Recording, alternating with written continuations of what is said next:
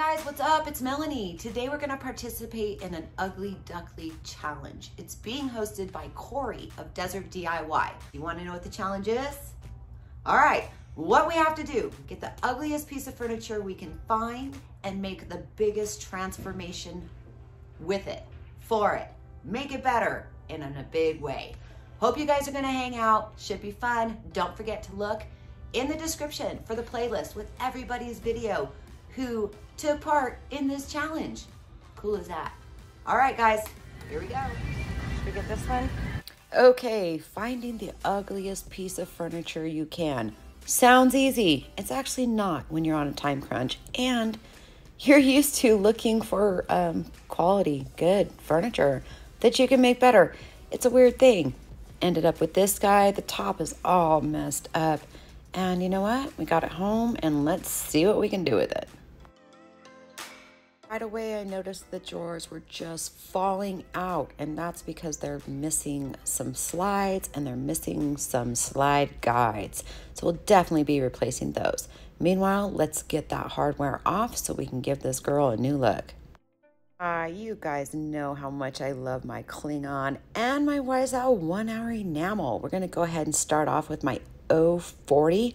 This brush is just perfect for this, especially going around the round legs on this guy. The 1 hour enamel. Why? Well, it's the most durable paint on the market, and you don't need to top coat it. It already has a beautiful satin finish, and it's durable as all get up. So let's give this girl some pretty new legs and some pretty new trim. And for the body, let's go ahead and grab our gray linen and give it 2 coats. That way we'll get full coverage, making sure that we get into all those little lines.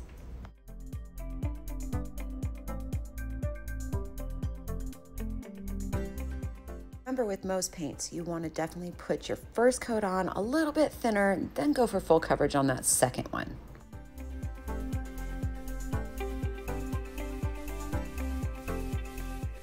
Wise Owl's 1 hour enamel has a beautiful satin finish. It's pretty sexy.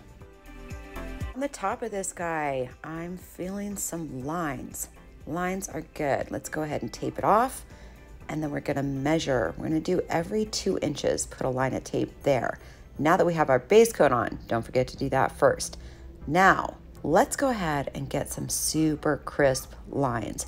The way that we're gonna do that is to take our base coat, our base color, and go back over the tape line. So that way, if anything bleeds under, it'll be the base color, so you won't even know that it bled. Once that's dry, you go back in with your second color and go ahead and paint where you want the paint to be. Then, when we pull off the tape, we should have some nice, clean, crisp lines. And that is the secret to perfect lines. Oh snap, our lines are looking great, but look what's happening. The paint is pulling up. I know this paint. I know it's not my paint. What it is this. I didn't prep it right. I cleaned it, but I didn't sand it. Look how soft this is. Oh boy, do you ever have to learn the hard way? I know I do. Still, after all these years, sometimes it's gotta be the hard way.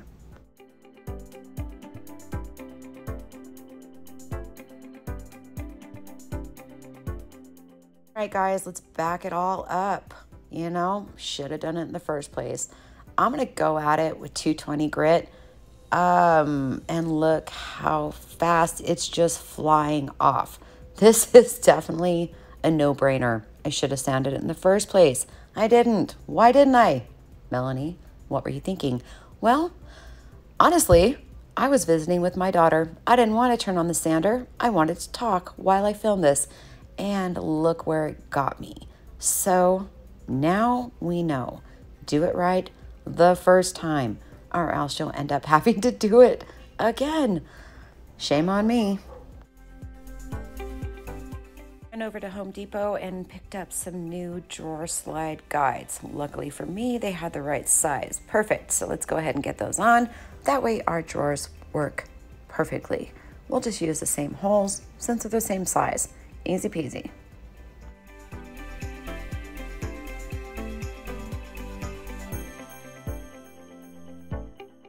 In my mind, I had a vision for the top of this guy. Let's see if I can pull it off.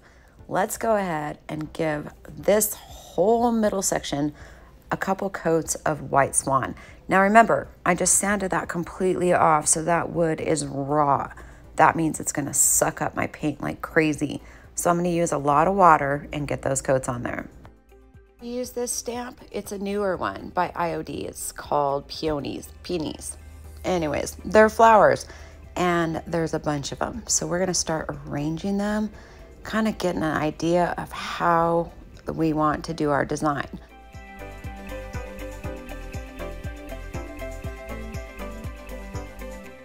I'm gonna use an ink called charcoal. I'm gonna use my brayer and I'm gonna bray it on there, just hitting the top portions.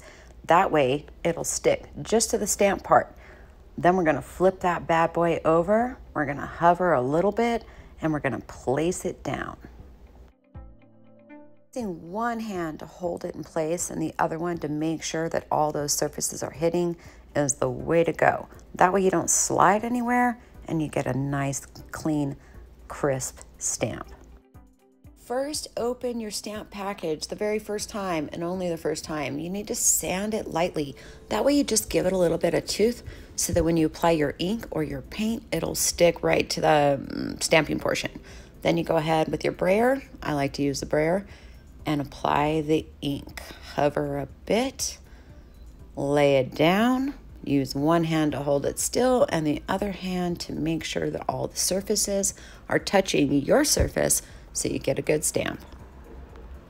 Super cool. In the package, they have these things called masks. So it's a clear piece of plastic that's the exact shape of the stamp. So what you do is you take that mask and you put it over what you already did, and then you can go ahead and stamp and you can overlap a bit, but it's going to make it look like the other ones are behind it or in front of it, depending on how you want to use that mask.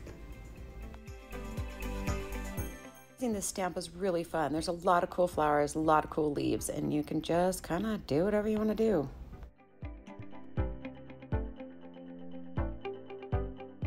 Hey, heads up, don't forget to check it out in the comments. There's a playlist with all the ugly duckling videos. Go check them out. Give the girls some love.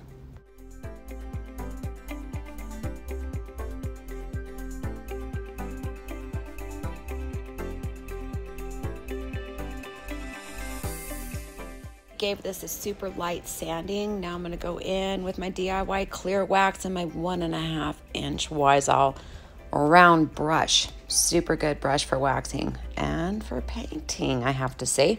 So let's go ahead and do that. Now we're going to go back in with some white. Let's just whiten this up a bit.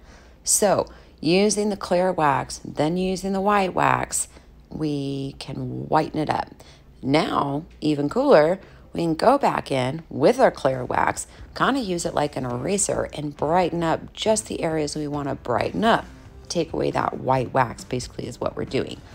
Clear wax always acts as an eraser for your colored waxes.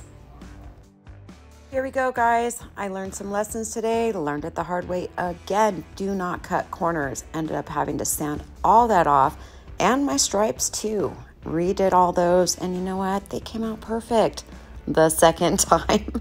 Should have done that in the first place. Tell me if you make mistakes. Do you ever cut corners? Well, you already know I do.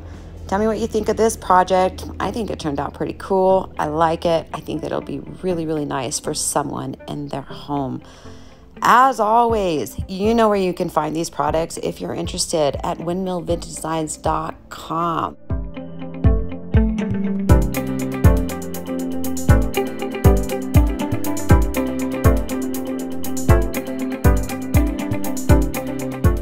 You guys are awesome, and remember, only you can make it happen. I'll see you next time.